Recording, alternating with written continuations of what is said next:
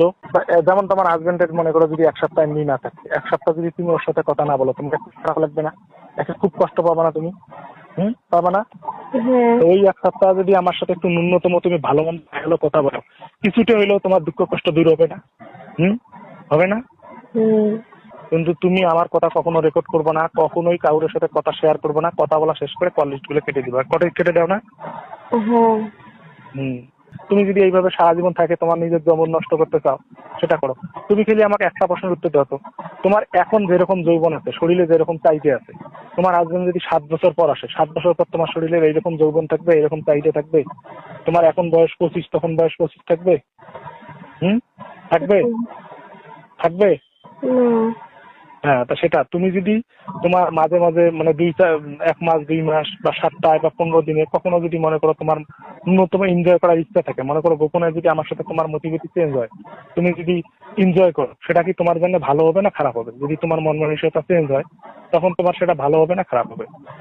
বলো কি মনে হয়? ওরকম চিন্তা ভাবনা আমি করি না। আচ্ছা ঠিক আছে, তোমার প্রতি আমার 3টে পরামর্শ। একটা আছে, যেভাবে কষ্ট হোক যেটা হোক খাওয়া দাওয়াটা ভালো করে করো, রূপচর্চাটা ঠিক মতো করো, আর নিজেরে নিয়ে ভাবো, বুঝছো? নিজের ভালো নিজেকেই বুঝতে হয়। এই যে তুমি এত কষ্ট করে থাকতেছো, একটা লোক তোমাদের সাথে বাটপাড়ি করলো, ওই যে তোমার নিজের রূপ যৌবন নষ্ট হয়ে যাচ্ছে, কোনো কিছু নেই। ওই জন্য নিজেরে ঠিক রাখার জন্য সমাজকে গোপন রেখে নিজের যতটুক ভালো, নিজের যতটুক করা যায় এতটুক করতে হবে। তোমার যৌবন নষ্ট হইলেও কারো কিছু যায় আসে না, তুমি মারা গেলেও কিছু যায় আসে না, তুমি বুড়ি হইলেও কিছু যায় আসে না। তুমি যদি কখনো মনে করো যে না ভাইয়ের সাথে আমি সময় কাটাইতে পারো, যদি মনে করো ভাইয়ের সাথে কথা বলি শুধু বলতে পারো, যদি মনে করো যে না ভাইয়ের সাথে এমনিতে পাশে নিয়ে হালকা মেসেজিং বা এটার মধ্যে রাখি থাকতে পারো।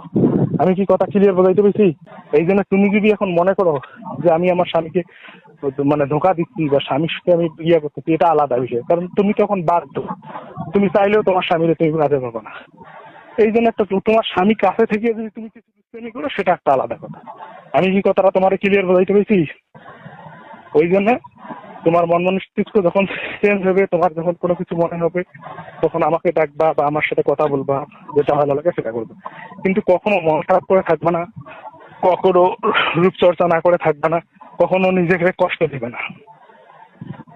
আমি কথাটা বোঝাইতে পেরেছি? তা ঠিক আছে, আজকে আর কথা বলার সুযোগ হবে না, কালকে আমি তোমাকে আবার ফোন দিব। হ্যাঁ?